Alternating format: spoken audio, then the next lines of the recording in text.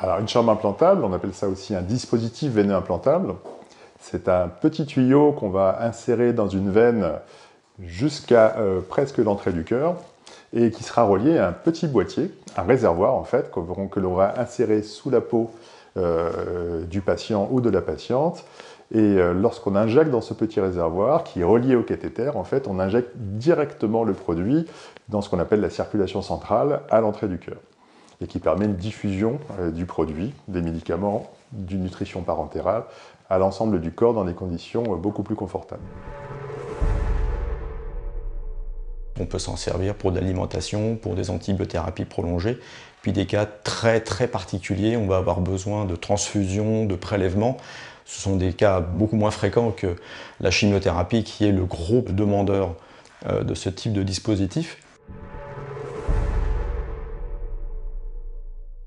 Il y a deux cas de figure, on va dire. Les patients sont suffisamment maigres et la chambre fait un relief sous la peau, donc il y a une petite bosse qui est visible. Ou bien les patients sont un peu plus pléthoriques, la chambre est un peu plus profondément enfouie.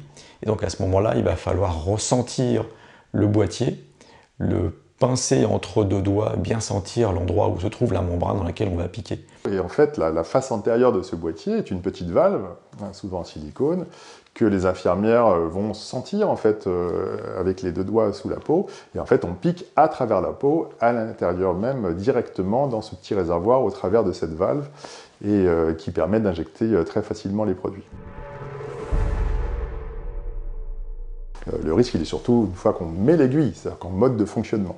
Donc il faut faire évidemment très attention, lorsque l'aiguille est en place, évidemment, de s'habiller, de se déshabiller, d'avoir des vêtements confortables, c'est extrêmement important, parce qu'on peut arracher l'aiguille, on peut arracher un pansement, on peut évidemment, si on bouge trop, infecter, amener un microbe, voire blesser la chambre ou le boîtier. Donc bien sûr, c'est très important, là aussi, d'éduquer les patients, d'éduquer que le personnel soit formé, et peut-être d'adapter des vêtements particuliers pour ce type de patient.